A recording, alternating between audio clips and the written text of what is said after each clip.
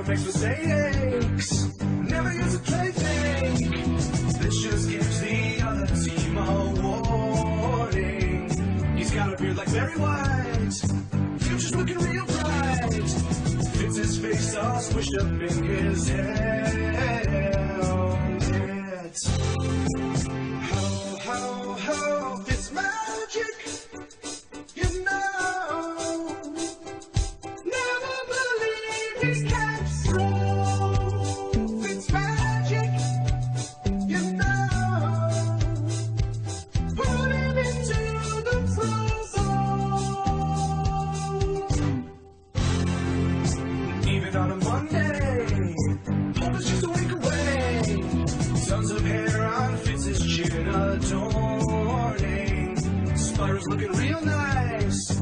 Stevie looks like Jerry Rice. Next year we might even see a game at night. How, it's magic, you know. Never believe he can't throw. It's magic, you know.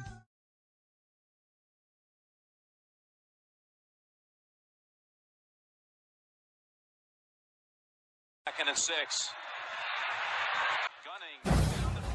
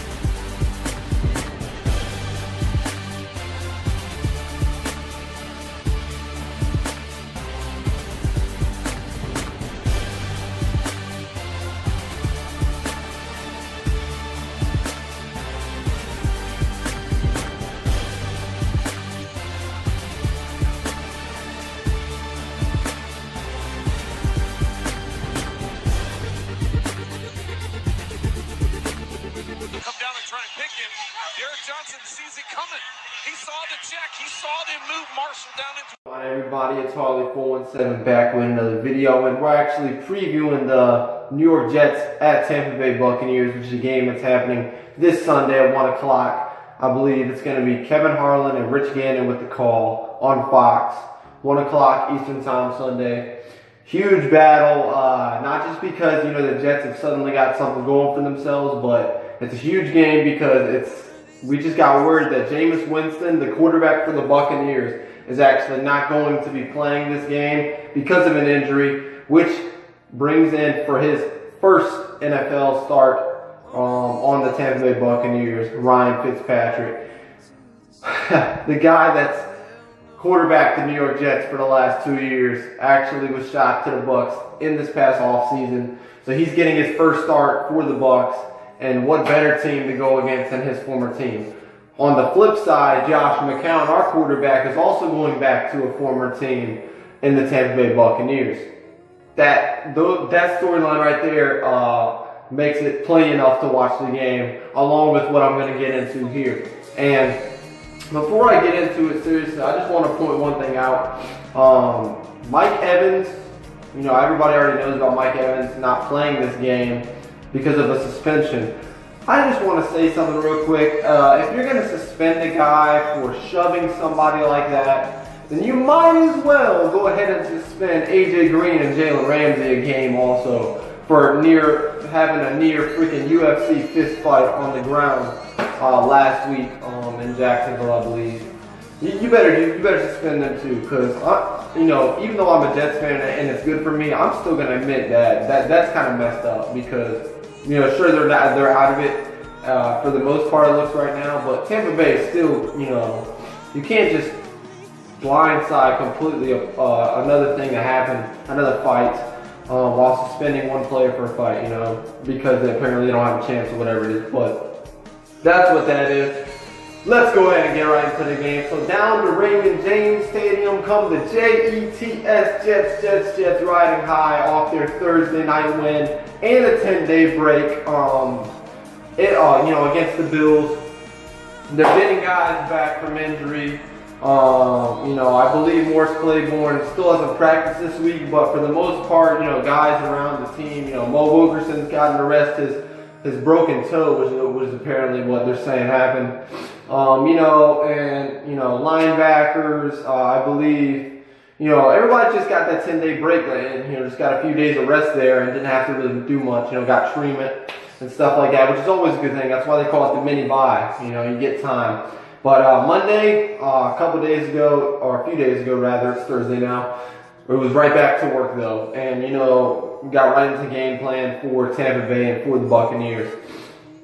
But to preview this game specific, I believe it's going to come down to the Jets for the first time this year, a game which they're supposed to win, and they're heavily favored to win this game.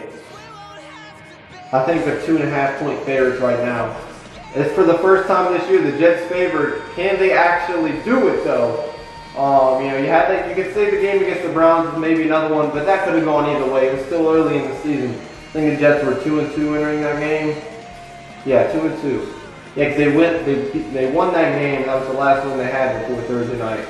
So yeah, it's the first time ever the Jets actually, they have to fulfill, what everyone's expecting of them, and they have to win. Because that's what everyone expects for the first time this year, really. Every other game, it's been the Jets, favorite to lose, or everyone's counting us out, and we go out there and win despite of it, or compete heavily in the game. So that's what I'm expecting this game. I'm expecting New York to go out there and play their tails off. They had this 10-day rest, and they have a bye week after this, and so in addition to that, as I told a lot of people that I talked to about this game, I'm like, these guys can go out there and do risky stuff now, because now they know they've got a week after this, 2 weeks actually of rest. 1 full week of rest, but then, the week of preparation, but still 2 weeks before the game starts. The next game, actually at home against Carolina, they can go out there Sunday and go crazy against Tampa Bay. And they had that 10-day behind them, and then they got 14 days in front of them, so, it's interesting to think about. But the keys to winning the game, I guess, would be to, Tampa Bay's defense, and the whole team of Tampa Bay has really been underperforming this year. Obviously, they've got the 2-6 record. Jameis Winston's hurt. He's been playing hurt the last few weeks. It's really costing them big time. I don't understand why they didn't go to Fitzpatrick when he first got hurt, Jameis Winston. Because Fitzpatrick can win. Everyone always doubts him, but he can get the job done. He's bad quarterback, but he can at least manage the game with the weapons that Tampa Bay has on offense. But the defense has really been underperforming. I believe the Saints dropped a 30-burger on them last week. I think one of them was a block punt, but still, that defense, everyone had such high expectations. I thought Tampa Bay was going to be a wild card team because of that defense. They picked up Deshaun Jackson, but still that defense is going to carry them, I believe. The Jets need to set the tone early. They need to get the run game going early. They need to get an early lead. A fast start is key in this game. I know the Jets got a fast start to 3 losses in a row that they just had for the Buffalo game. They got a touchdown every drive, and they lost in the 4th quarter. But this game, I believe, differs from those 3 because you've got a quarterback in Ryan Fitzpatrick that is not clutch. He's the opposite of clutch. Let's face it, Jets fans, except that game against New England, where we won it in overtime. He has not been clutch for us at all. He was never clutch for us. The only games we won the games we won with him was because of our defense and because of us being able to hold out teams and either get our early lead on them and him just play from ahead and hand the ball off or whatever, or some crazy other things because of the defense. But I feel like if we get up here early, fast start on him, that it's going to put Fitzpatrick in a bind and force him to air the ball out. And if he airs the ball out, we got to make plays on the ball. We've got guys back there, May and Adams and all those guys. You know, contain O.J. Howard, contain Cameron Brate, those two tight ends I'm worried about more than Deshaun Jackson. Everyone says, oh, they got Deshaun Jackson, you know. That's the guy y'all need to key in on. I'm worried about these tight ends because I've seen us get exposed to the tight ends this year on numerous occasions. Even the Bills on that Thursday night game had Nick O'Leary had like 4 or 5 catches on us. You know, the backup to Charles Clay. So I want to see us control that middle. I want to see these linebackers, instead of blitzing every down, you know, have some blitz looks, but back up in the coverage and get those tight ends confused. Get in Fitzpatrick's head. Get the Fitzpatrick, you know, with the pocket. I've seen so many times this year us collapse, push the pocket back, and guys just step off inside the pocket, and we don't get a sack. Thursday night, I finally saw the pocket break, and I saw us get after the quarterback. That's what I want to see in this game too. Continue to build off of this. My last note and my main note for this game is build off of the Buffalo game. Don't think that's it. That is not all you guys can do. Build off of it. You've already built a mountain. Now make that mountain higher. Make it taller. Make it reach the freaking sky. Jet up. Gang green, and my final score prediction for this game is the Jets 31, the Buccaneers 7. I got us beating the brakes off of Tampa Bay. I feel like the young guys in this team, you know, and a couple of veterans, you know, Jermaine Kearse, Forte, McCown, you know, Wilkerson, Leonard Williams. I feel like those few guys are going to get this team, you know, Demario Davis also, to know, hey, Buffalo was a great game, a great win, but it's not all. We are 4-5. We are not by any means 8-1, you know, like the Eagles are 7-2, to where we can sit back and lose a game. We've got to win out. We've got to be in playoff mode the rest of the year and forever if we want to be the team we want to be. One team, one goal, jet up. Let's go Jets this Sunday, 1 o'clock start time. And as always, you heard it first from Harlem.